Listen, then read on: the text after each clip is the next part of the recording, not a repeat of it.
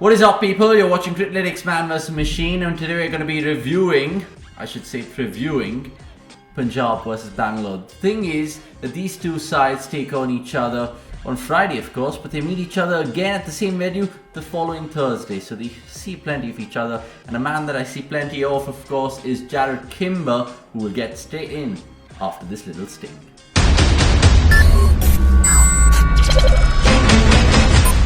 Yes, there's a reason why I'm dressed in red, and Jarrod is partly red, is what I can tell. Jarrod, how excited are you for this Friday night thriller, is what we're dubbing it back home? Yeah, it's going to be a really interesting game, isn't it? So, looking forward to it. Yeah, the fact that it is Virat Kohli against KL Rahul, he got the wood over Virat, of course, and you've got to take a look at RCB and how they've, of course, stitched these 5 wins together. We'll start with them. How impressive have they been? Yeah, I think they've stretched their batting lineup a little bit, and Harshal Patel has put a big plug in their death bowling. Kyle Jamieson's still going for a lot more runs than you would probably want for someone that you spent this much money on. And Dan Christian probably hasn't quite worked for them. But overall, I think they just look a much better team, don't they? It's one of those things, though, isn't it? Like, you get Glenn Maxwell, and the proper Glenn Maxwell turns up, suddenly your team looks 10 times better. I'm sure every other team who's bought Glenn Maxwell would have hoped for that as well. Yeah, it's value for money in terms of RCB because he's providing that solution in the middle where they used to struggle, of course. Speaking of Punjab, though, they've been struggling with the 5th bowling option, and invariably Jalaj Saxena's coming in doing the job. They have Fabian Allen and Moises and Reeks. They haven't, of course, given Jai Richardson and Riley Meredith the go after their carnage at the Wankhede. Do you think it's something that they should consider? They don't have balance. There's no way to fix their problem, essentially.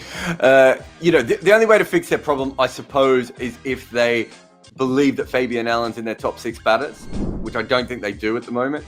That allows them a little bit of flexibility, I think, with that number 7 spot. But essentially, they do not have a lineup that I can see where they have 5 frontline bowlers and 7 frontline batters. And you can change it as much as you want. Everything that you've just said is a perfectly reasonable thing, but they are an unbalanced team. And they're an unbalanced team without a great bowling lineup. So you can be unbalanced if you have 4 really good bowlers and 4 very good top order players. Certainly got the top order players.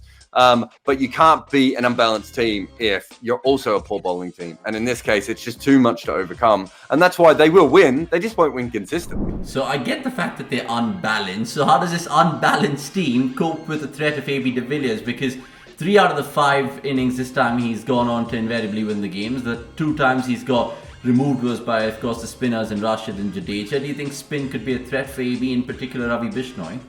Well, the problem is that with Glenn Maxwell playing so well against the spinners, AB doesn't even have to come in against them. So that's where the problems for teams are right now. And it's probably what they wanted back in the day when they had Shane Watson at RCB. They've always wanted that guy to kind of stretch out that middle order a little bit and allow them to play AB this way. I mean, let's not make any mistake. AB could open. He could certainly bat 3. He can bat 4. But if you could do that, there's no real weakness for him. So you're right. Ravi Bishnoi is a really, a decent matchup against him. I think he's a really interesting young prospect. Yeah, I think I'll tell you what, the RCB fans certainly resonate that because he's gone crazy coconut bananas before against Punjab. So watch out, Punjab Kings. This time, of course, the name changed because he's gone ballistic with the KXIP. Enough of my fluff. Let's get on to the predictions right now because there is, of course, where we put Jarrod to the test against our Criclytics machine. Let's see what he has in terms of batsman selections for this one. I'll tell you who Criclytics has gone with. It's gone with the elegant left-hander from RCB, Devdutt Padikkar. That's obviously, he's in really good form, isn't he? He's seeing the ball beautifully at the moment. I'm going to have a bit of fun with this one. I'm going to go Chris Gayle. I'm not sure he is in his absolute best form, but I think that he's probably due a decent enough score around this time in the tournament. So it's either that or he's going to get dropped soon. So if Chris Gayle plays, I'm going to go for him to knock a few around. It may not be the Chris Gayle quite of old, but I can see him making some runs. I don't think he made, was a golden duck last game. He's been involved in some runouts. I don't think he's been in terrible form. He just probably hasn't got to the point in his innings where he usually takes over. I think he might be able to do that. We saw him make the 50-odd on the slower pitch. So Yeah, a bit of a random one for me, but I'll go Chris Gale. Okay, Chris Gale, of course. You mentioned that golden duck. It was only the second time in his IPL career that he got one. So it's very rare that Chris gets those ducks. But are we not even considering Virat Kohli? He doesn't look in brilliant form at the moment, does he? Yeah, no, I certainly would have considered him. I think there's a couple of decent options. I think when you look at the two teams here, I probably split it between Kohli and Gale. One of them has to come good, and I went with Gale in this particular case. Okay, super. So Criclytics going for RCB, you going for ex-RCB. We like it that way. Bowlers. We mentioned Ravi Bishnoi. Are you going to go for someone crafty like him, or are you going to go for someone evident like Harshal Patel?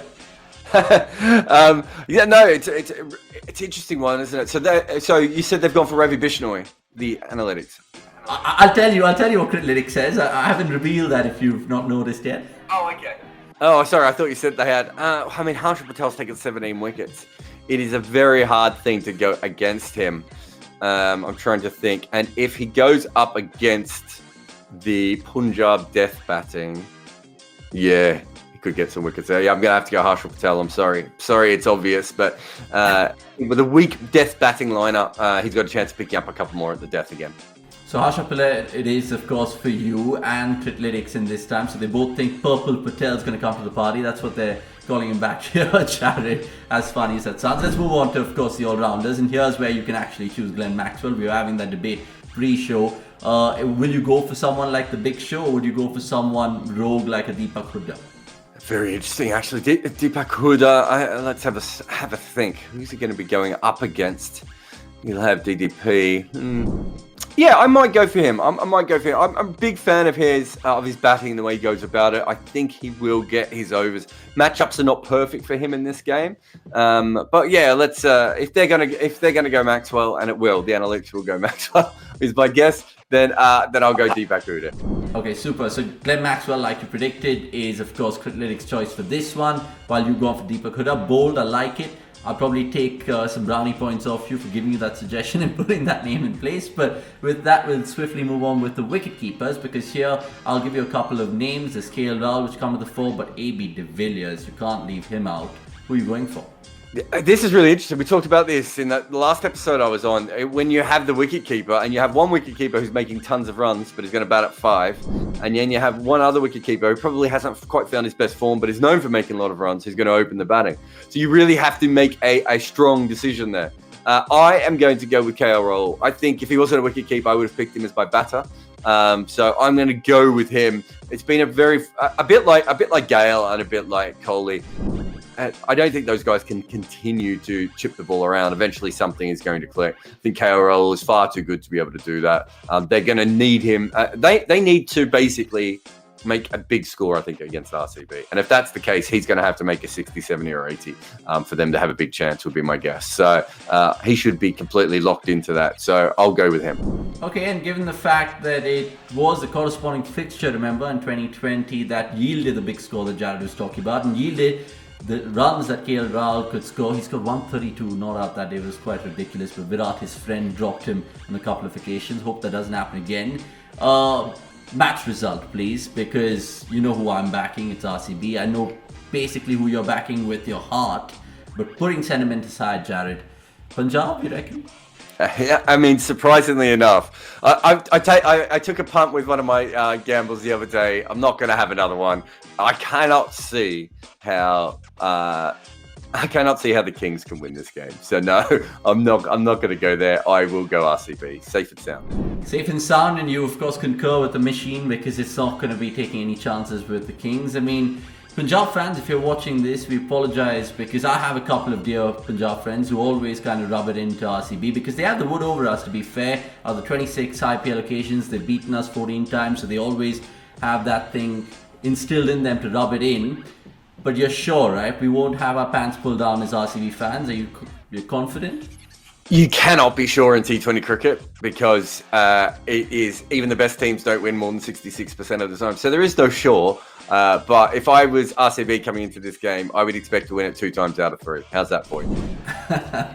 Okay, we'll take that, and a little bit of chuckle and banter to Punjab fans, but we apologise. We kind of just keep things as simple as it gets, but sometimes it just gets over the top. With that, we'll leave it, and we urge you, of course, to subscribe to the cricket.com channel, because if you haven't done that, where have you been? Until the next time, so goodbye from me.